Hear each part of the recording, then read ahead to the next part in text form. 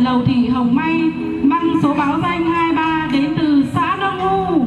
Hiện tại em là sinh viên năm 3, chuyên ngành thiết kế thời trang. Em đang sinh sống, học tập và làm việc tại Hà Nội.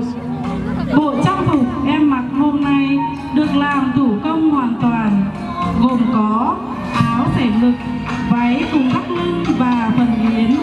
Áo được trang trí bằng các họa tiết như hình vuông, hình thoi, hình sói ốc, được thêu đính đá một cách khéo léo và tỉ mỉ.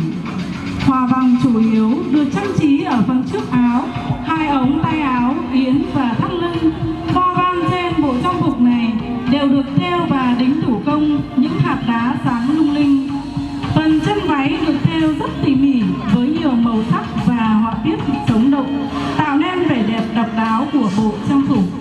Để thêu và may được bộ trang phục tỉ mỉ như vậy, người con gái dân tộc Mông đã phải mất rất nhiều thời gian để hoàn thành. Điều đó thể hiện được sự tỉ mỉ, khéo léo, chăm chỉ của các cô gái người Mông. Đi cùng với bộ trang phục có mũ, đội đầu và vòng cổ bằng bạc.